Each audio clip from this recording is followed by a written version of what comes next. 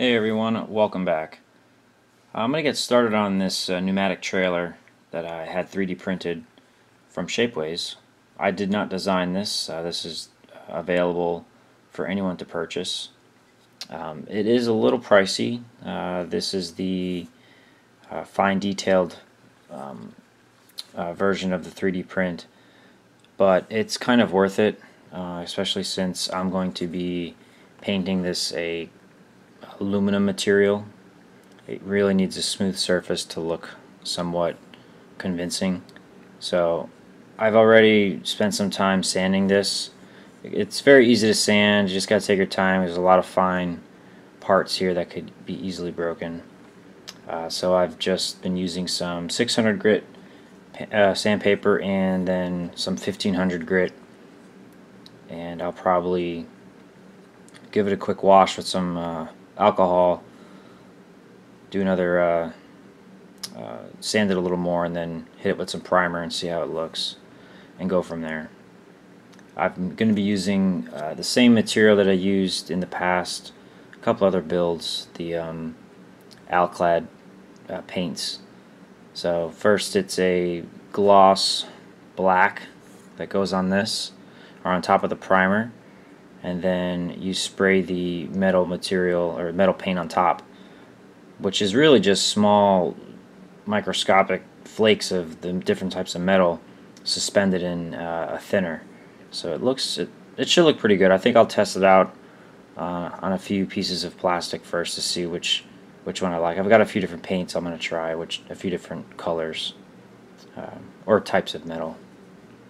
But as you see, it does come with some wheels.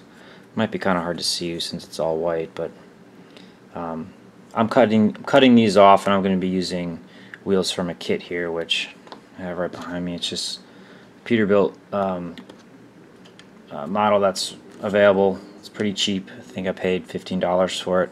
So I'm going to take the axles and the tires off this trailer and put them on the new one. So, and as far as the truck itself, the cab, we'll just leave it the way it is. Maybe do a little bit of detailing on it, but not too much there. A few small items I'm going to be using with this build. Again, I have my A-line safety striping. It's just some decals. I go to Lone Star Models. These lights, these little lenses, these are great to find if you could find them. I've been having a hard time finding them on eBay recently, so whenever I find them, I buy them. Same thing with those MV lenses.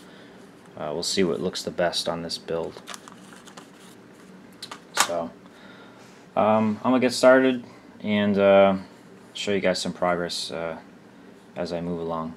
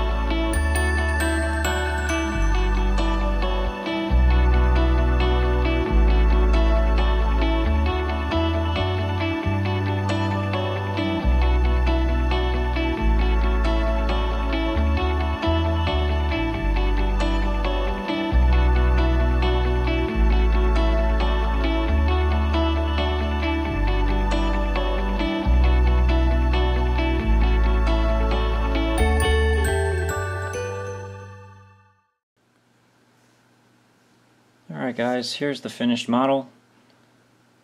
I've gone ahead and added all my detail parts and painted. Again, this was the 3D printed trailer, a dry bulk pressurized trailer. Went ahead and put my usual Lone Star model lenses on here, painted with Tamiya clear colors, the red and amber. The A-line safety striping. I did paint these hoses and mud flaps. As you saw, I used that ALCLAD polished aluminum. Actually, I used the chrome color, but sanding this 3D printed model is pretty tough. So this is the best I was able to get with the finished smooth look. It, however, is pretty grainy at the bottom. Just how it came printed, I couldn't really get in there and sand it. But I used that to my advantage, and I put some weathering powders below to make it look a little dirty. So I think that looks pretty good. Took advantage of that. This pipe here was added. I think I took a couple pictures of that. This is the pipe that connects to the truck to help pressurize the tank, the trailer, or the car. I'm not too sure how it works. Don't hold me to it. I've just seen, trying to do as much research as I can. And the hookup there, I did try to model that a little bit here in the truck, where that pipe, that hose will then connect to the truck. I went ahead and for the first time tried some airlines. I just used some bronze wire and curled that up around a little piece of styrene and painted them, and I think that looks good enough there. As for the truck, put this 3D printed headache rack mainly to hide the stripe here. It's actually diagonal across the back. They didn't line it up very well, but oh well. $15 truck, can't complain too much. So looks pretty good. Peterbilt 389 with the pressurized trailer.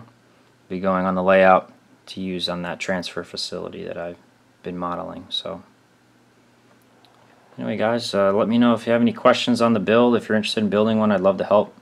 I think this came out pretty well, considering that there's no commercially available trailers like this. So thanks again, and we'll see you next time.